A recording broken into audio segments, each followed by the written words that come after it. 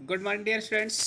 इस क्लास के तहत सभी विद्यार्थी सिविक्स के ध्यान दें कि आप लोगों को अब जो हम यहाँ पर पार्ट पढ़ाने चल रहे हैं ये आप लोगों को सीखने की ज़रूरत है। जैसे पहला चैप्टर है आपका और जो किताब है आपका भारत का संविधान सिद्धांत और व्यवहार का पहला चैप्टर है संविधान क्यों और कैसे। कल आप लोगों को मैंने जिक्र किया था, संविधान में हमने संवैधानिक विकास का भी जिक्र कर रहे थे, लेकिन थोड़ा सा आप लोग यहाँ पर अभी सीखिए। आया समझ नहीं? पढ़िए, देखिए क्या दिया गया है बुक में, उसका मतलब क्या है, इन चीज़ों को आपको सीखने की ज़रूरत है। जैसे लिखा गया है हमें संविधान की क्या आवश्यकता है, लिखा है संविधान क्या है, इसके कार्य क्या हैं, समाज के लिए उसकी क्या भूमिका है, हमारे दैनिक जीवन में संविधान का क्या संबंध है। इन प्रश्नों के उत्तर उतने कठिन नहीं हैं जितना आप सोचते हैं। जब आप पढ़ेंगे तो आपको पता चलेगा संविधान क्या है। देखिए अब यहाँ पर लिखा गया संविधान तालमेल बढ़ाता है और भरोसा दिलाता है। मतलब एक माध्यम है ना, हम इन नियमों के आधार पर आपसी सामंजस्य बनाएंगे और भरोसा भी दिलाता है कि अगर कोई गलत करेगा तो उसका क्या मिलेगा, उसे प्रायश्चित भी करना पड़ेगा, उसे दंड भी मिलेगा। कल्पना करें कि आप एक बड़े समूह के सदस्य हैं।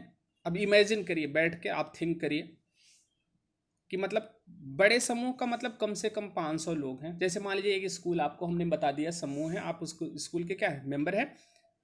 यह भी कल्पना करें कि उस समूह की कुछ विशेषताएं हैं। मतलब अगर समूह बना गया तो उसका विशेषता होगी, मतलब जिस पर वो वर्क करती है। जैसे कह दिया हमारा संविधान है, संविधान की विशेषता है मसलन उस समूह के सदस्य एक दूसरे में अनेक तरह से भिन्न हैं,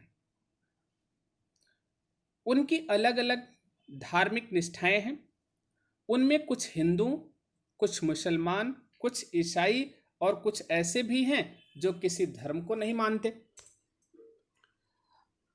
वह और आधारों पर भी भिन्न हैं, वे अलग अलग व्यवसाय करते हैं, उनकी भिन्न योग्यताएं हैं, अलग अलग शौक है और सिनेमा से लेकर किताबों तक उनकी पसंद अलग अलग है।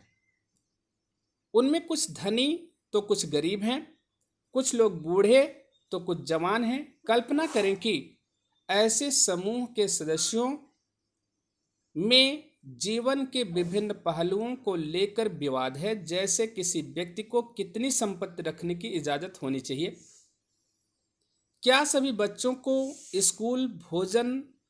स्कूल भेजना अनिवार्य है, क्या माता पिता को इसका निर्णय लेने देना चाहिए, इस समूह को अपनी सुरक्षा के लिए कितना खर्च करना चाहिए, या इसी तरह उस बहुत सारे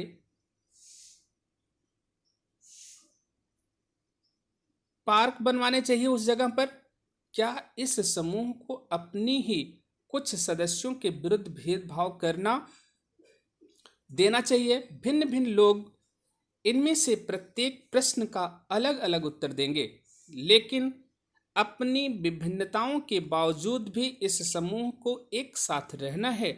सदस्य अनेक रूपों में एक दूसरे पर आश्रित हैं, उन्हें एक दूसरे के सहयोग की जरूरत है। इस समूह को शांतिपूर्वक एक साथ रहने के लिए क्या चाहिए? ठीक, अब क्या रहा है, लेकिन इस समूह के लोगों के साथ रह सकते हैं यदि वह किसी कुछ बुनियादी नियमों के बारे में सहमत हो जाएं।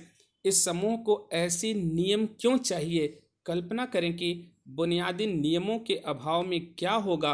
प्रत्येक सदस्य अपने को असुरक्षित महसूस करेगा। अब देखिए यहाँ पर लिखा नहीं, एक वो कार्टून बनाया गया। हाँ, यह तो हमारी कॉलोनी जैसा ही है।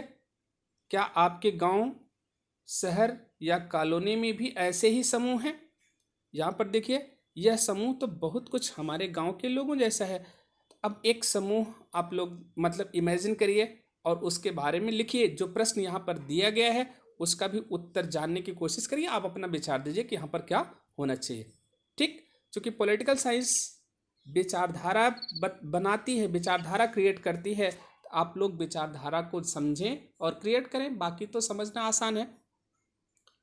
लिखा है उसे यह महसूस नहीं होगा कि समूह के सदस्य एक दूसरे के साथ कैसा बर्ताव करेंगे और किसका किस चीज पर अधिकार है।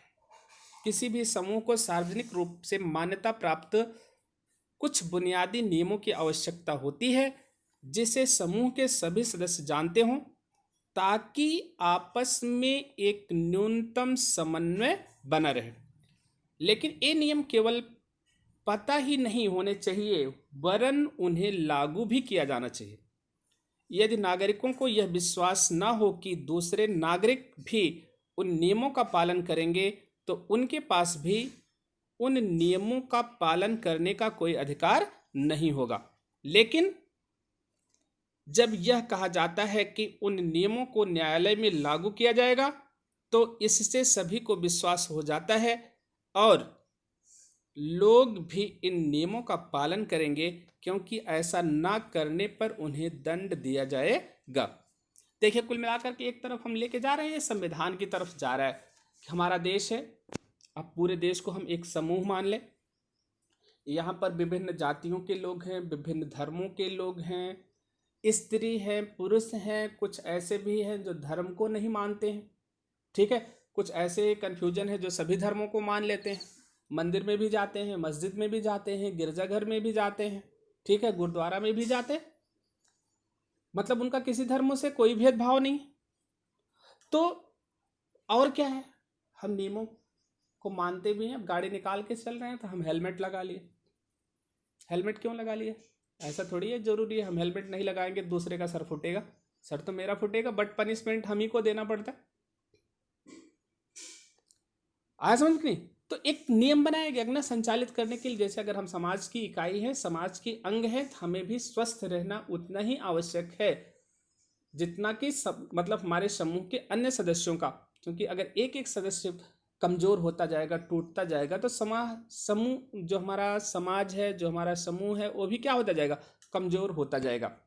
यहाँ पर लिखिए, देखिए, संविधान का पहला काम यह है कि वह बुनियादी नियमों का एक ऐसा समूह उपलब्ध कराए जिससे समाज के सदस्यों में एक न्यूनतम समन्वय और विश्वास बना रहे।